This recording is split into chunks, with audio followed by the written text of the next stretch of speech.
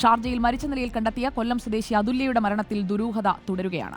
വലിയ പ്രതിസന്ധികളെ പോലും നേരിട്ട മകൾ ആത്മഹത്യ ചെയ്യില്ലെന്ന് ഉറപ്പിച്ചു പറയുകയാണ് അതുല്യയുടെ വീട്ടുകാർ. എന്നാൽ മരണത്തിൽ തനിക്ക് ഒരു പങ്കുമില്ല, ഏതന്വേഷണത്തെയും നേരിടാൻ തയ്യാറാണ് എന്നാണ് അതുല്യയുടെ ഭർത്താവ് സതീഷിന്റെ വാദം. പോസ്റ്റ്മോർട്ടം റിപ്പോർട്ട് പുറത്തു വന്നാലേ മരണകാരണം സംബന്ധിച്ച് ഒരു വ്യക്തത വരികയുള്ളൂ. മരണത്തിന് മുൻപ് അതുല്യ ക്രൂരമായ പീഡനത്തിന് ഇരയായിരുന്നു. അമ്മ ഞാൻ പലപ്പോഴും കൂടി സംസാരിച്ച അമ്മയെടുത്ത് ചവിട്ടി കൂട്ടി തന്നെ ഡിസ്റ്റർബൻസ് ആണ് ഉറങ്ങുന്നതിനെന്നും പറഞ്ഞു. എനിക്ക് വയ്യാടി അനങ്ങ വയ്യ, വയറെല്ലാം ചവിട്ടി പറ്റുന്നില്ല, സൂയിസൈഡ് ചെയ്യാൻ പോലുള്ള ധൈര്യമില്ല എനിക്ക്.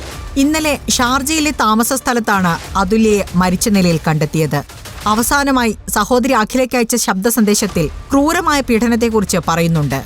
മർദ്ദനത്തിൽ അവശയായ അതുല്യയുടെ ശബ്ദം നന്നേ നേർത്തിരുന്നു. പറയുന്ന പലതും ശോഷിച്ചു പോയെങ്കിലും കാര്യങ്ങൾ വ്യക്തമാണ്. 19-ാം വയസ്സിലെ വിവാഹം, ഭർത്താവിന്റെ ക്രൂരപീഡനം, സംശയരോഗം തുടങ്ങി വൻ പ്രതിസന്ധികളിലൂടെയാണ് ആ കുട്ടി ജീവിച്ചു പോന്നത്. അതിനിടയിലും എല്ലാവരോടും കളിച്ചും ചിരിച്ചും നടക്കും. പ്രയാസങ്ങൾ ആരെയും അറിയിച്ചില്ല. 19-ാമത്തെ വയസ്സിലാണ് കല്യാണം നടത്തുന്നത്. അന്ന് തൊട്ട് ഓരോരോ ഇഷ്യൂസാണ്. സത്യത്തിൽ ആ കുഞ്ഞിന് സമാധാനം സത്യത്തിൽ കിട്ടിയിട്ടില്ല. പ്രഗ്നന്റ് ആയിരിക്കുന്ന സമയത്ത് കുഞ്ഞ് 5-ാം മാസം ഉള്ളപ്പോൾ ഷൂ വെച്ച് അവിടെ വയറ്റിൽ ചവിട്ടിട്ടുണ്ട് പുള്ളി.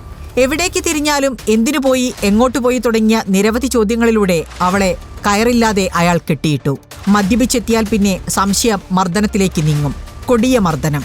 മദ്യപിച്ചാൽ പിന്നെ മനോനില തെറ്റിയ ആളെപ്പോലെയാണ് അയാൾ പെരുമാറുന്നതെന്ന് അതുല്യയുടെ രക്ഷിതാക്കൾ. അതിങ്ങനെ മുറയ്ക്ക് ഉപദ്രവിക്കുമ്പോൾ അവള് പറയും ഞാൻ ചാവത്തില്ല അമ്മേ, അഥവാ ഞാൻ ചാവുകയാണെങ്കിൽ അയാൾ എന്നെ കൊന്നയാന്ന് വിചാരിച്ചോണമെന്ന് പലപ്പോഴും പറഞ്ഞിട്ടുണ്ട്. ആത്മഹത്യയല്ല, എന്റെ മോളെ കൊന്നത് തന്നെ. സംഭവം നടക്കുന്നതിന്റെ 3 ദിവസത്തിന് മുമ്പ് എന്റെ കുഞ്ഞിനെ ഇങ്ങനെ കൊങ്ങാക്കി കുത്തിപ്പിടിച്ച് 1/2 മണിക്കൂർ വെച്ചുകൊണ്ടിരുന്നു. സതീഷ് പ്രത്യേക സ്വഭാവക്കാരനാണ്. പക്ഷേ അപകടകാരിയായിരുന്നില്ല എന്നാണ് അമ്മ പറയുന്നത്.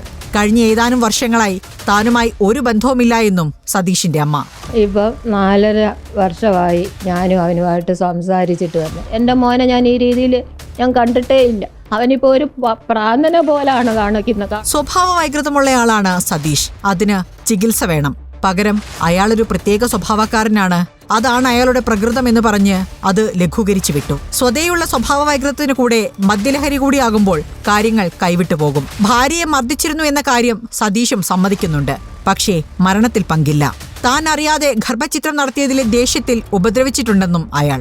ആ കുഞ്ഞിന് എന്ത് പറ്റി എനിക്കറിയണം. അവൾ ഒരിക്കലും സൂയിസൈഡ് ചെയ്യത്തില്ല. അത് 100 അല്ല 200% ഞാൻ പറയും. എന്റെ കുഞ്ഞി ഉമ്മിക്ക് എന്നെ പേടിപ്പിക്കാൻ കാണിച്ച അബദ്ധം, അല്ലെങ്കിൽ അവർക്ക് എന്തോ പറ്റി, എനിക്കിത് അറിയണം. എന്നിട്ട് ഞാൻ പോത്തുള്ളൂ. എനിക്ക് 100% ഉറപ്പാണ് ആ കുഞ്ഞ് ചെയ്യത്തില്ല. പരസ്പരം പഴിചാരലിന് ഒരു പെൺകുട്ടിയുടെ ആയുസിന്റെ വിലയുണ്ട്. മരണം എങ്ങനെയായാലും അവർ മർദ്ദനത്തിന് ഇരയായിരുന്നു. അതിക്രൂരമായ മർദ്ദനത്തിന്. അതവരുടെ വീട്ടുകാർക്കറിയാം, അടുത്ത ബന്ധുക്കൾക്കറിയാം. ഭർത്താവ് അത് സമ്മതിക്കുന്നുമുണ്ട്. എന്നിട്ടും ഇത്രയും അപകടകാരിയായ ഒരാളോടൊപ്പം മറ്റൊരു നാട്ടിൽ മകളെ ജീവിക്കാനെന്ന പേരിൽ മരണത്തിന് വിട്ടുകൊടുത്തതിന് ന്യായീകരണങ്ങൾ ഏതുമില്ല.